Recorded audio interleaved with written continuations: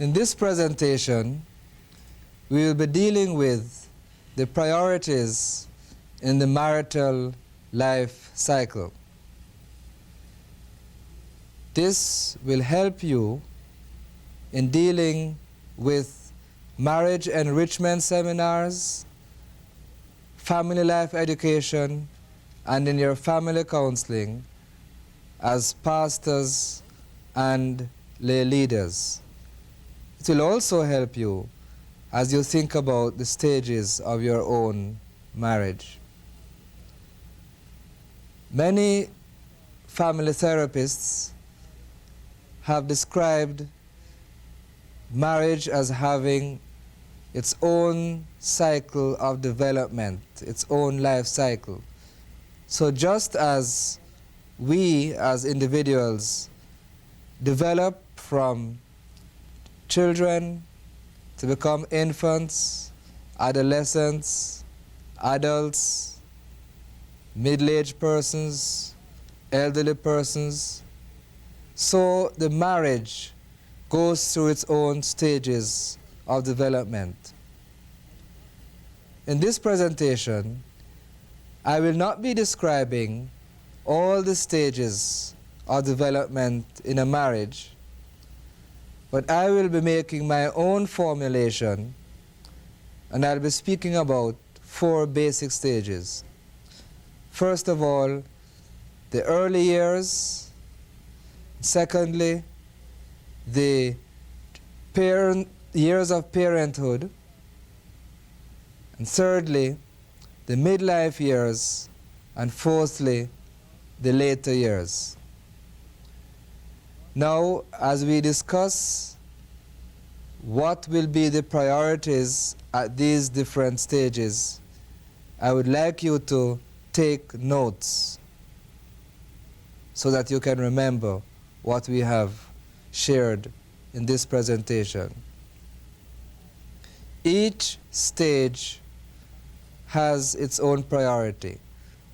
We have to decide what comes first, because there will be several factors operating which will cause a lack of balance, and we have to have a priority so that a certain balance can be created in the marriage relationship at each stage.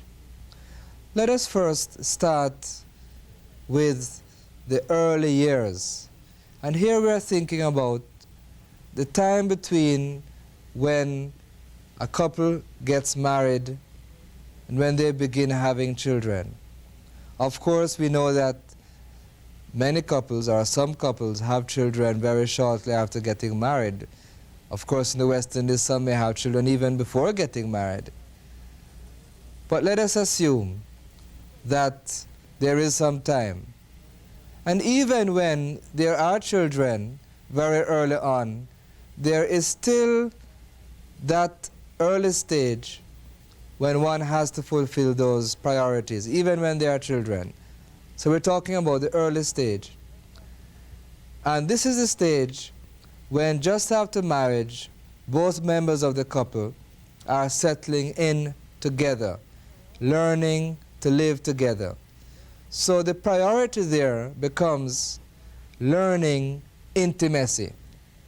Learning intimacy. Now, I have said in another presentation, which some of you may have seen, that there are certain keys to successful relating in marriage. And here I'm going to show this to you on this graphic.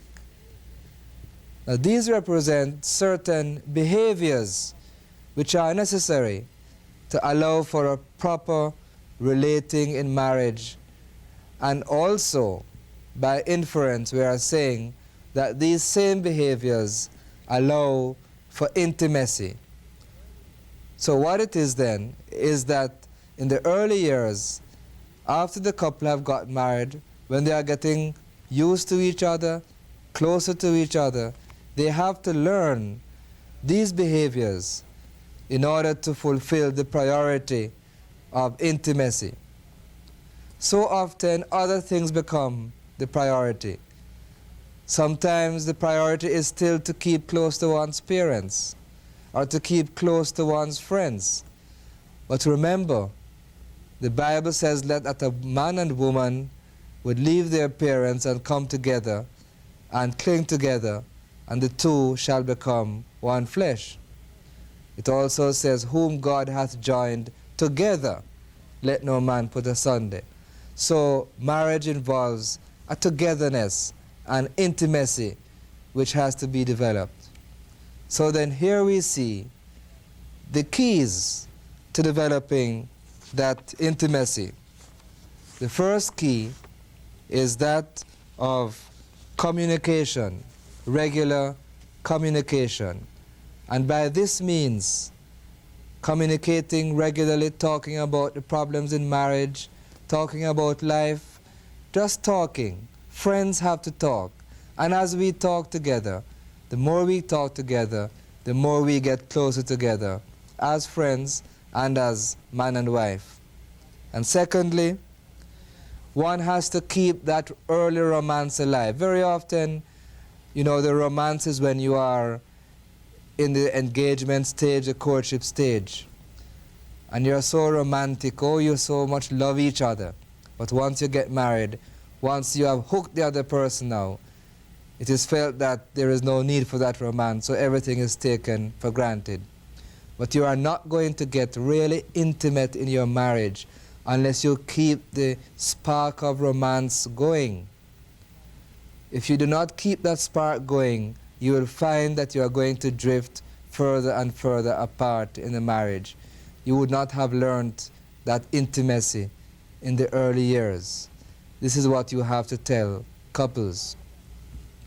After this, we find that the other key to developing intimacy in the early years is that of going out regularly.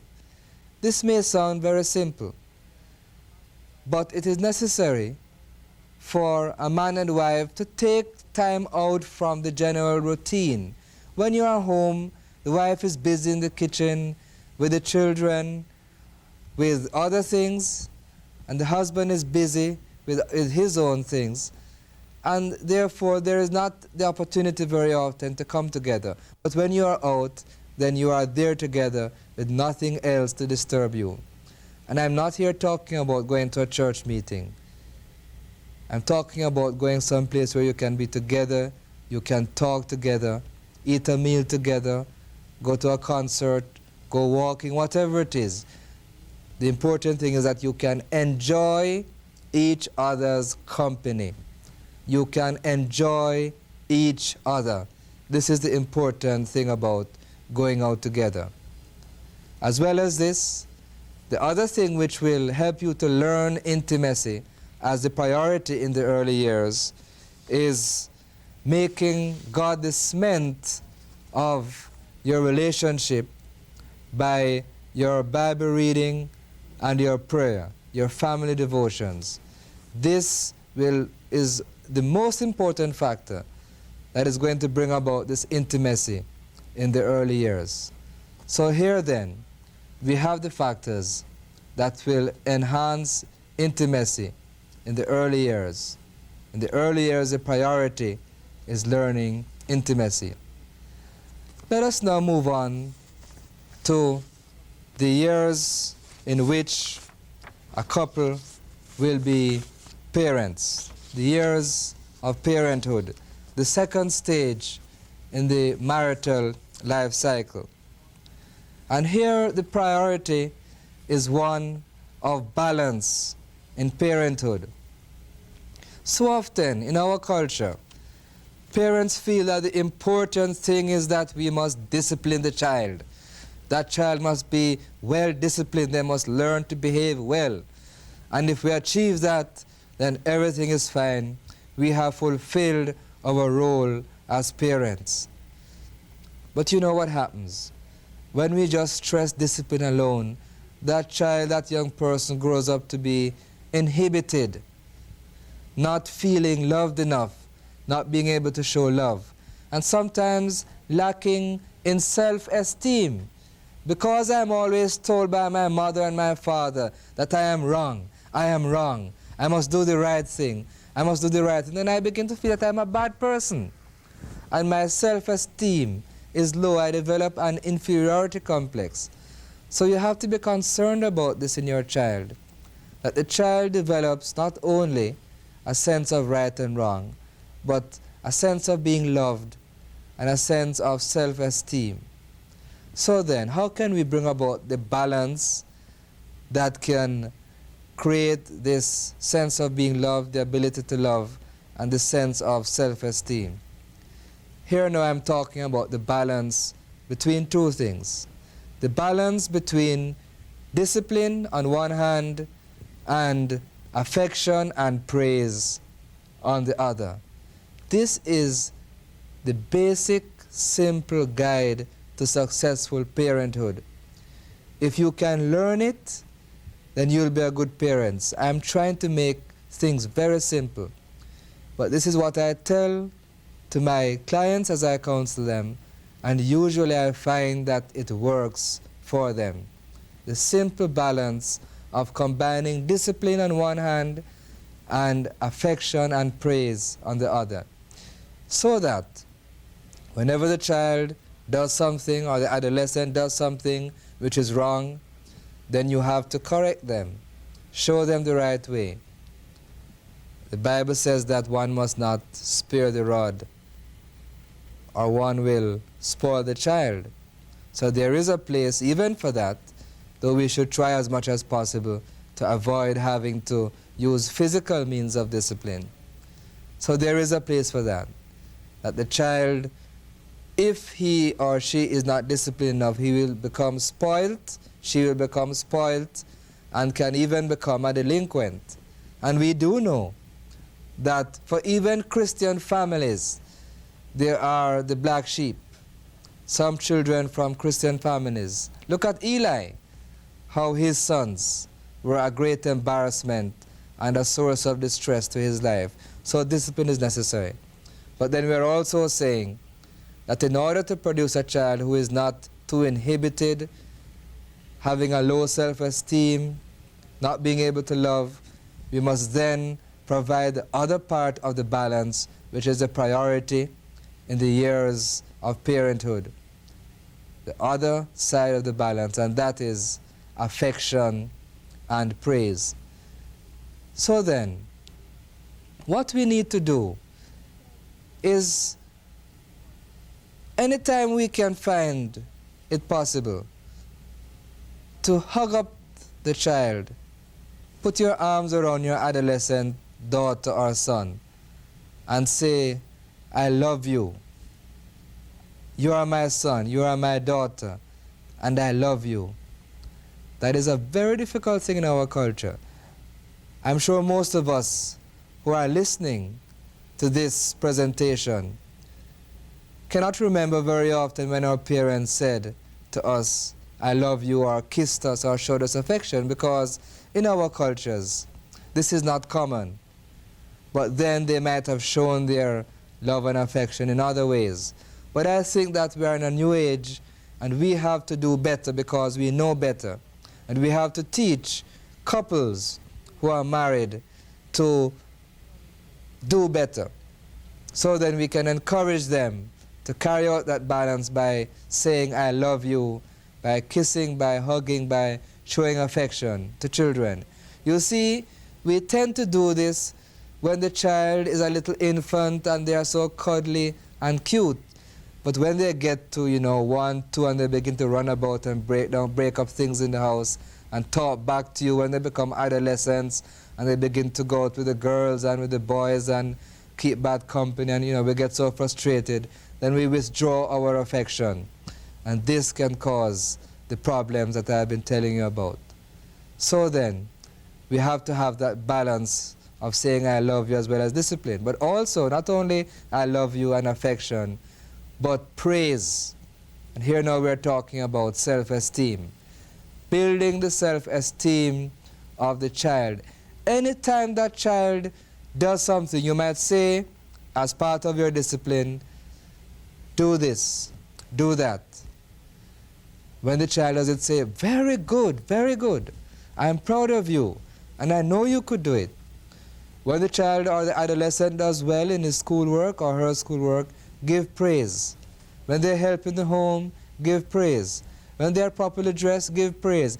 Anything that you can find, even if you feel that that child or that adolescent is naughty and difficult, there must be one thing you can find to praise.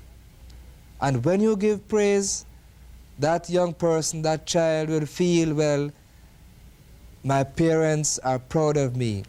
And you know what?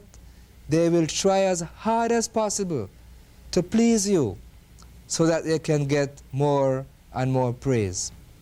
But remember, balance, balance. If you have all love and affection and praise and no discipline, what will happen? You will have a child who becomes spoilt, undisciplined, who will give you trouble in later years. So then we are saying, in the years in marriage, in the years of parenting, when you are parents, what you do then is to seek to establish this balance as a priority, the balance between discipline on one hand and love, affection, and praise on the other. This is what we must try to tell the couples whom we counsel and couples in our marriage enrichment sessions and family life education sessions. Now let us move on. We have spoken about the early years of getting closer together when the priority is that of learning intimacy. We have spoken about the years of parenthood when the priority is creating a balance between love and discipline. And then we are now moving on to the what I call the midlife years. The midlife years. Not middle age, but midlife. Round about between 36 and 40. Now, what is happening there is that the man and the woman are beginning to look back on what have they achieved in these 35, 36 to 40 years in work, as a person, as a parent, but especially in work. And this applies especially for the man, but also for the woman who is working, but more so for the man because he feels that as the man in the house, he has to be earning enough to support his family, his wife and his children. And also, he feels that he should be moving up in his company. He should be achieving. The temptation is that as we feel that we are not achieving enough financially and in terms of promotion, that we work harder and harder and harder, and we come home late, no time for the children, no time for the wife. What happens? Work takes a priority. And what I am saying here is that the priority for these midlife years, as we deal with the crisis of whether or not we have achieved enough, that the priority is family over work. Family over work.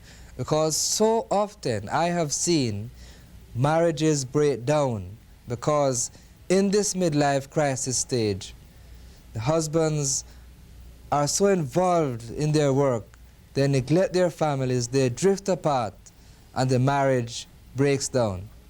So we are saying then that the priority at this stage, the midlife stage, 35 to 40, the priority is that the family must come before work. And as Christians, you know, we must believe, and this is what the Bible is telling us, that second to God, our priority in life as persons who are married and have children, that second to God must come family.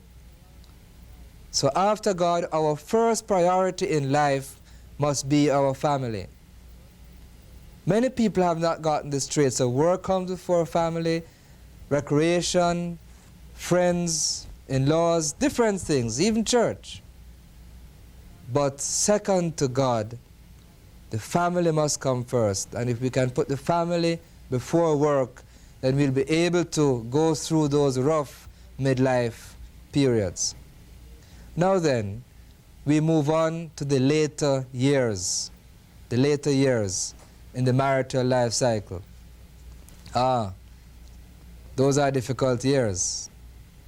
Because you see, when one gets to around age 45, 50, for the women, they are going through what we call the change of life or the menopause.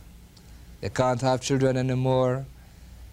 They begin to feel that they are getting, a little fat, and they're not looking as beautiful as they used to look. And it can be quite a depressing time. And for us men too, let us not pretend. We are getting all over the hill. We feel we are, getting a bit bald, or the gray hairs are coming out, or have come out quite a bit. The paunch is coming out, and we feel that we are not as attractive to women as we used to be. And so the wife is a bit depressed, and the husband, well, he has a bit of freedom, so he is depressed too, but the way he can deal with it is to start running around with younger women to try to establish that he's still virile and still attractive to young women. And this can cause a breakdown in marriage in this stage of the middle years. And I'm going to say now that the priority in these later years, the priority is friendship between man and wife. So that when we begin to go through the stage of the male menopause, female menopause, losing our youth and facing old age, get closer to each other. Because sometimes the man does not understand how the woman feels. She can no longer have children. She feels that she's losing her beauty, which is not necessarily so, but she is feeling so, and she's beginning to get depressed, a bit miserable, fussy, and as the man we do not understand. We can't tolerate her. We can't put up with this nonsense. We become impatient. No, we must become understanding, friends.